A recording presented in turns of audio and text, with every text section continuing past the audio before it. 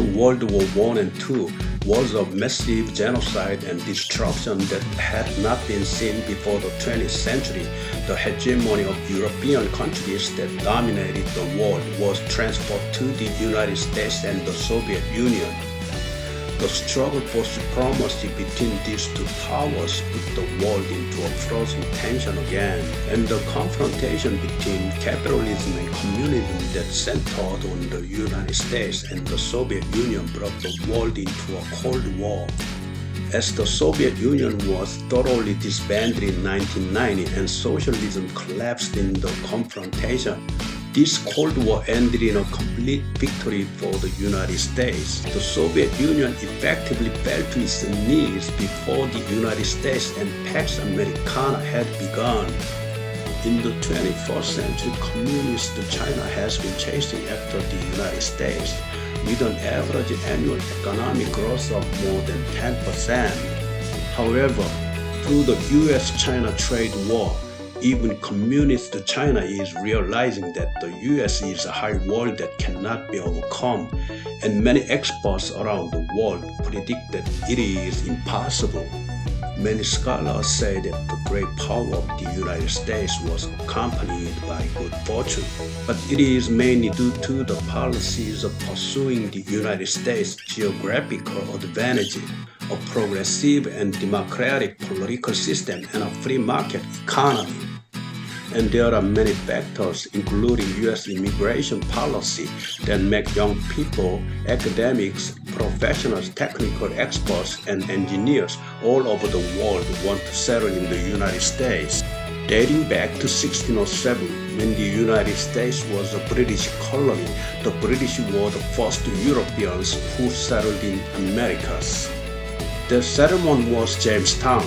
The British began to bring black slaves there, and various ethnic groups such as the Dutch and Germans began to immigrate to the United States. Most of them were seeking religious freedom or economic opportunity, and along with them came back African slaves, making up the majority of the American population. Thus, the mix of different ethnic groups on the American continent became the defining characteristic of American nationality. American identity was rooted in the belief that in such an open country, having the courage to work would give everyone equal access to wealth. The enterprise of pioneering new lands also grew stronger. With this pioneering spirit, in 1803, the United States, which had only been independent for about 20 years at the time, bought the Louisiana Purchase from Napoleon and also bought Florida from Spain. Then, robbing the Native Americans, they took vast lands such as Ohio, Indiana, and Illinois and began to expand the territory of the United States. After winning the war with Mexico in 1846, the United States took over the western part of the country, including California. Fortunately, a gold mine was discovered in California in just 9 days after occupying the land. So, the signal of good fortune heralding the gold mining era went up. The discovery of gold mines in California sparked the gold rush, and with the start of the gold rush, California was elevated to being a state of the United States and was able to mine hundreds of millions of dollars of gold over 10 years. As a result, U.S. gold production increased tenfold. Russia at that time became impoverished due to the belated onset of the Industrial Revolution and overspending, so they ran out of finances and faced serious economic difficulties. Moreover, some frozen, productive land was sold to the United States because Alaska was not connected to mainland Russia at the time. The cost of managing it was prohibitive, and the land was useless for anything other than for production. Even in the United States, there was a lot of public opinion against acquiring the land because it was useless, but because it had a lot of value for territorial expansion and as a military base in the southern part of the Pacific. The frozen land was purchased for $7.2 million at the time.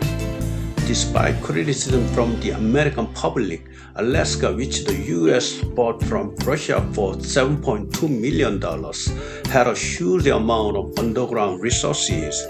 Alaska had many oil reserves, and the amount of iron mined in Alaska alone amounted to a whopping $40 million, or 9.27 billion in today's dollar. Few people thought that Russia sold Alaska for a bargain until oil was discovered. As a result, it was bought at a low price for the United States, but at the time it was nothing but frozen land. But huge amounts of oil were discovered and the value of Alaskan land jumped 100,000 times. However, Russia achieved tremendous economic growth with the money it sold Alaska for, and became a powerful country that dominated the world alongside the United States. In the 20th century, under the influence of Germany and Britain, global hegemony was still dominated by European countries. However, in 1914, after World War I, Europe's power gradually diminished. After winning World War II, the United States became the most powerful politically, economically, and militarily. At this time, European countries which had lost their productive capacity due to the great damage of World War II became dependent on the United States for goods necessary for the industry overall. Many materials, including military supplies for war, began to be imported from the United States. Because the United States mainland was not damaged at all during the World Wars I and II, the United States, which stood still and began to reap huge profits, eventually emerged as a creditor country. By opening its market to the world with its mighty power, the United States quickly emerged as the strongest and wealthiest country in the world. The United States had begun to dominate international trade. As global trading activity grew, most countries around the world began to offer gold in exchange for US dollars. In a very short time, the United States became the world's largest gold holder. At that time, in order to prevent reckless issuance of currency, the world was adopting a gold standard system that could issue as much currency as the amount of gold held. The US dollar, which became the world's largest gold holder, was naturally designated as a reserve currency, and for this reason, economically, the world was placed under the influence of the United States. In this way, the United States was fortunate to win and thrive, but one of the biggest reasons why it was able to become a great power was the geographical condition of the United States. To the north is Canada, a weak democracy with no territorial grid. To the south is the weaker country Mexico, and to the west and east is the Pacific and Atlantic Ocean, where there is nothing but fish. So the United States has a geographical position that makes it impossible to be invaded by other countries, so it has been able to grow safely. It was the American waterways that synergized the growth with these conditions. In the territory of the United States, there are 12 waterways that could be navigated along the vast rivers of 23,600 kilometers. Transportation infrastructure such as railroads and highways, essential for national growth, should be invested in more.